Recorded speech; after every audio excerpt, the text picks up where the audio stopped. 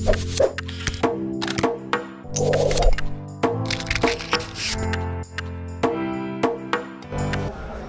tarde, pessoal.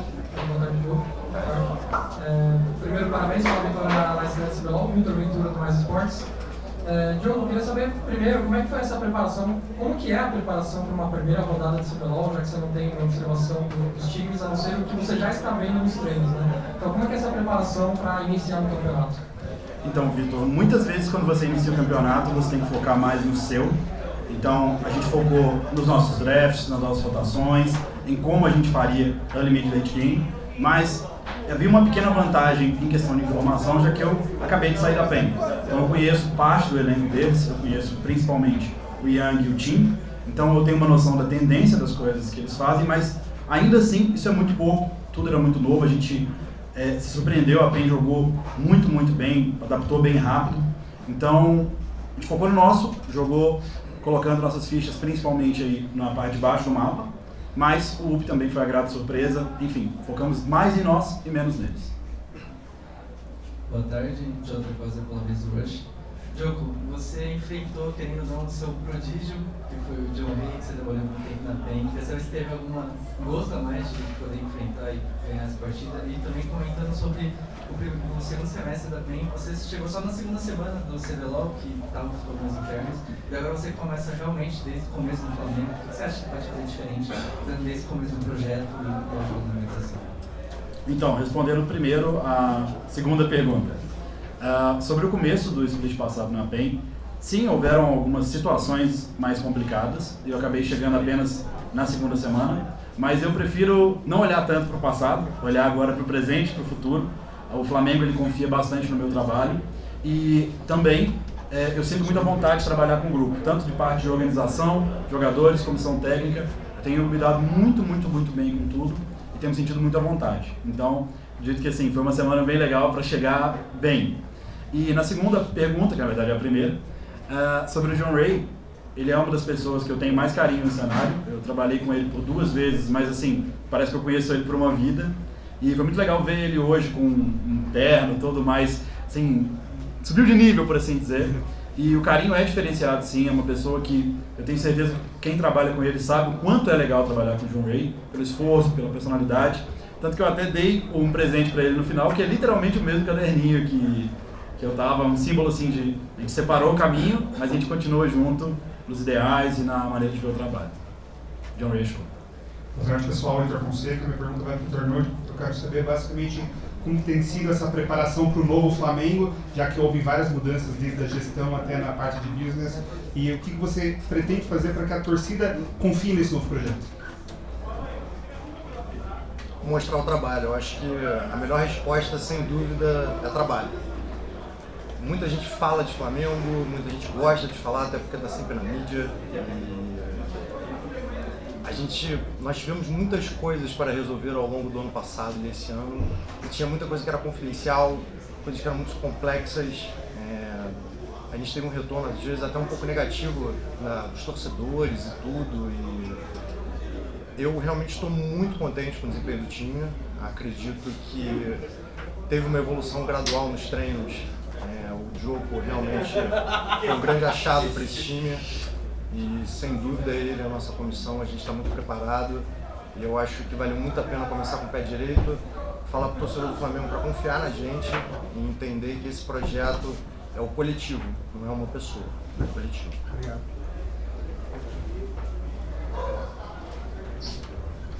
Boa tarde, pessoal, parabéns pela vitória. Butcher, GTV, perguntar para o Fred.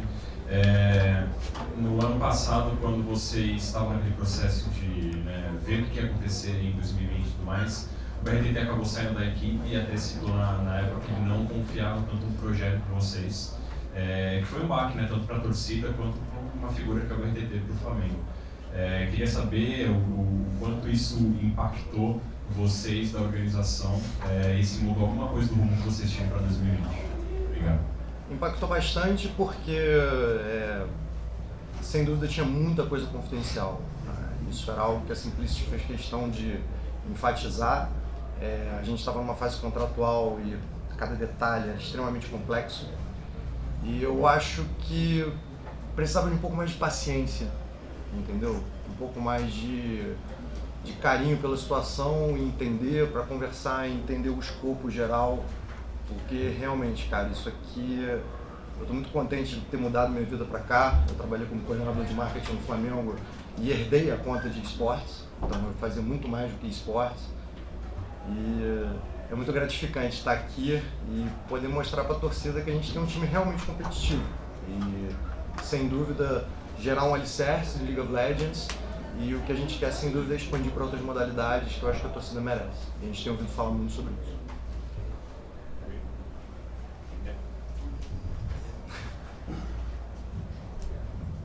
E aí, Guilherme? Rodrigo Guerra, da ESPN. Tudo bem? Parabéns pela vitória de vocês. Eu queria fazer uma pergunta para o Fred, principalmente, e depois uma para o Thiago. A primeira pergunta, que eu acho que a torcida está se fazendo muito, é sobre o grau de influência da Team One dentro do Fly Sports. Isso tem sido comentado muito nas redes sociais nos últimos dias. Queria que você explicasse um pouquinho melhor para a torcida. E para o Thiago, queria perguntar para você como foi encarar um time que é do seu coração, que você lutou com o coração no ano passado e dessa vez levou a vitória. Eu acho que, sem dúvida, a Team One fornece uma estrutura inacreditável comparado ao que a gente tinha no passado, e a Simplicity apostou no projeto. E eu acho que no minuto que ela viu aquele espaço, para você ter uma noção, Guerra, ano passado nós treinávamos em uma sala e não tinha glamour, não tinha uma vitrine para o Flamengo, não tinha um espaço que o jogador se sentisse confortável, na minha opinião, tá? E realmente não era outro patamar, não era o padrão Flamengo. E aí você chega hoje e você trabalha em um shopping que tem um espaço comercial, acho que de 550 metros quadrados, que é uma vitrine para o Flamengo, uma vitrine para os patrocinadores, e é um espaço que eu acho que tem 750 mil pessoas que circulam no mês por lá e tudo. E você tem uma parte de cima que é um grande centro de treinamento. É um espaço que agora a gente tem psicólogo, agora a gente tem físio, nós tínhamos sim, mas eu acho que em relação à estrutura a gente deve muito a Team One. E do mesmo jeito que a gente teve que dar um reboot, dar um restart no projeto e recomeçar, eu estou muito contente com isso, basicamente isso.